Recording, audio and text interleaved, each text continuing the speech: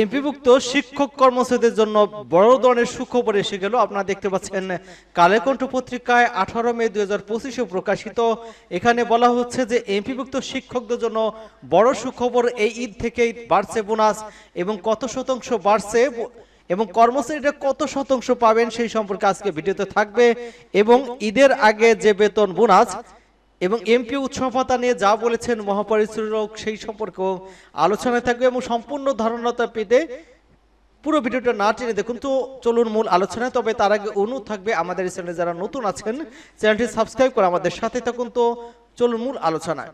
এখানে যেটা বলা হচ্ছে, ঈদের আগে স্কুল কলেজের এমপি ও শিক্ষক কর্মচারীদের বেতন এবং উৎসব ভাতা পরিশোধের দাবিতে আন্দোলন নেমেছেন তারা। তবে মে মাসের বেতন এবং উৎসব ভাতা ঈদের ছুটির শুরুটা আগে দেওয়া হবে বলে জানিয়েছেন মাধ্যমিক উচ্চ শিক্ষা অধিদপ্তরের মহাপরিচালক এবং অধ্যাপক মোহাম্মদ আজাদ খান।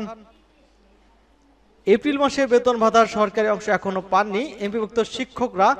আসন্ন ঈদুল আজহার উৎসব ভাতা মে মাসের বেতন পাওয়া নিয়েও সংশয় রয়েছেন শিক্ষকরা।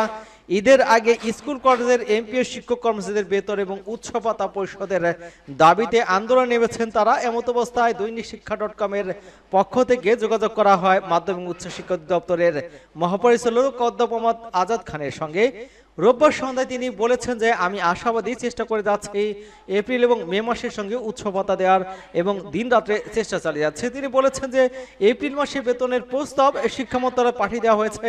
এটা অনুমোদন হয়ে আসলে খুব দ্রুততম সময়ের মধ্যে কিন্তু ঈদুল আজহার উৎসব ভাতা প্রস্তাব পাঠানো হবে। তবে তারপর যে মে মাসের বেতনের প্রস্তাব দেব, তিনি বলেছেন ঈদের শুরুর আগেই কিন্তু শিক্ষক কর্মচারী মে মাসের বেতন এবং উৎসব ভাতার অর্থ পেয়ে যাবেন এবং দুটি বেতন এবং উৎসব ভাতা হয়তো একসঙ্গে পাবেন না। আগে উৎসব ভাতা ছাড় হতে পারে, পরে বেতনের অর্থ পাবেন। এদিকে এমপিভুক্ত শিক্ষকদের উৎসব ভাতা বাড়ানোর প্রস্তাব অনুমোদন দিয়েছে মন্ত্রণালয়। এবং এখানে যেটা বলা হচ্ছে যে বেসরকারি এমপিভুক্ত শিক্ষকদের জন্য মূল বেতনের 50% বোনাস এবং বাড়ানোর প্রস্তাবে সম্মতি অর্থমন্ত্রী সংক্রান্ত চিঠি কিন্তু শিক্ষা মন্ত্রণালয়ে পাঠানো হয়েছে। সবকিছু ঠিক থাকলে ঈদুল আজহাতে 50% বোনাস পাবেন এমপিভুক্ত শিক্ষকরা। এবং অর্থমন্ত্রীর সূত্র জানিয়েছে মন্ত্রণালয়ের অর্থ বিভাগের সিনিয়র সহকারী সচিব শাহরিয়ার জামিলের গত 14 মে সই করা চিঠিতে ওই সম্মতির কথা জানানো হয়েছে এবং চিঠিতে শিক্ষামন্ত্রীর সিনিয়র সচিব সিদ্দিক জুবাইরের কাছে পাঠানো হয়েছে। ওই চিঠিতে বলা হয় মাধ্যমিক উচ্চ শিক্ষা বিভাগের 21 এপ্রিল আদায় সরকারি পত্র অনুযায়ী মাধ্যমিক উচ্চ শিক্ষা বিভাগের অধীন মাধ্যমিক উচ্চ শিক্ষা অধিদপ্তরের আওতাধীন 2024-25 অর্থ বছরের সংশোধিত পরিচালনার বাজেট হতে বেসরকারি শিক্ষা প্রতিষ্ঠানে কর্মরত এমপিভুক্ত শিক্ষকদের ভাতা বাবদ সহায়তা প্রদানের নিমিত্তে 229 কোটি টাকা পুনঃ উপযোজনে নির্দেশ করে অর্থ বিভাগের কাছে সম্মতি জ্ঞাপন করা হয়েছে। এবং সত্ত্বে বলা হয়েছে যে এই অর্থ ব্যয়ের ক্ষেত্রে সরকার যে প্রচলিত সকল আর্থিক বিধিবিধান এবং নিয়মাচার সদভাবে অনুসরণ করতে হবে এবং এই অর্থ কিন্তু সংশ্লিষ্ট করে সমন্বয় করে চলতি 2024-25 অর্থ বছরের সংশোধিত বাজেটে কর্তৃত্বের অংশ হিসেবে গণ্য হবে। এর আগে বেসরকারি শিক্ষা প্রতিষ্ঠানের কর্মরত এমপিভুক্ত শিক্ষকরা মূল বেতনের 25% হারে বোনাস পেতেন এবং কর্মচারীর বেতন 50% হারে। নতুন সিদ্ধান্ত অনুযায়ী এখন শিক্ষক কর্মচারীরা এখানে বলা হচ্ছে যে 50% পাবেন। তবে আজকের আপডেট সংবাদ হচ্ছে যে কর্মচারীরা 75% কিন্তু বোনাস পাবেন। আগে তারা পেতেন 50%, ক্ষেত্রে কিন্তু তাদেরকে বাড়িয়ে 75% দেওয়া হচ্ছে।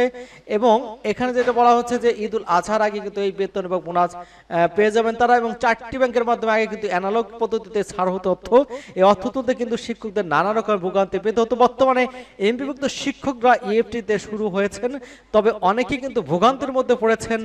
এই ভোগান্তি যাতে না হয় ইএমএসএল ওয়াইসি কর্মকর্তা কর্মচারীদের অবহেলা এবং উপজেলা শিক্ষা অফিসের গাফিলতি কিন্তু এই যে দীর্ঘ লাইন হচ্ছে তারা কিন্তু সময় মতো টাকা পাচ্ছে না। সেক্ষেত্রে কিন্তু তাদের আগামী মাস থেকে হয়তো দ্রুত সময় আসবে এবং যে তারিখে সরকারি চাকরিজীবীরা বেতন পেয়ে থাকেন সে সময় কিন্তু এমপিভুক্ত শিক্ষক কর্মচারী বেতন পাবেন, এমনটা কিন্তু আজকের ডিজি সাহেব বলেছেন মাধ্যমিক উচ্চ শিক্ষা অধিদপ্তরের।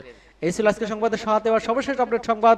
সকলকে ধন্যবাদ জানাচ্ছি এবং আমাদের চ্যানেলকে যারা এখনো সাবস্ক্রাইব করেননি চ্যানেলটি সাবস্ক্রাইব করে আমাদের সাথে থাকুন। সকলকে আবারও ধন্যবাদ।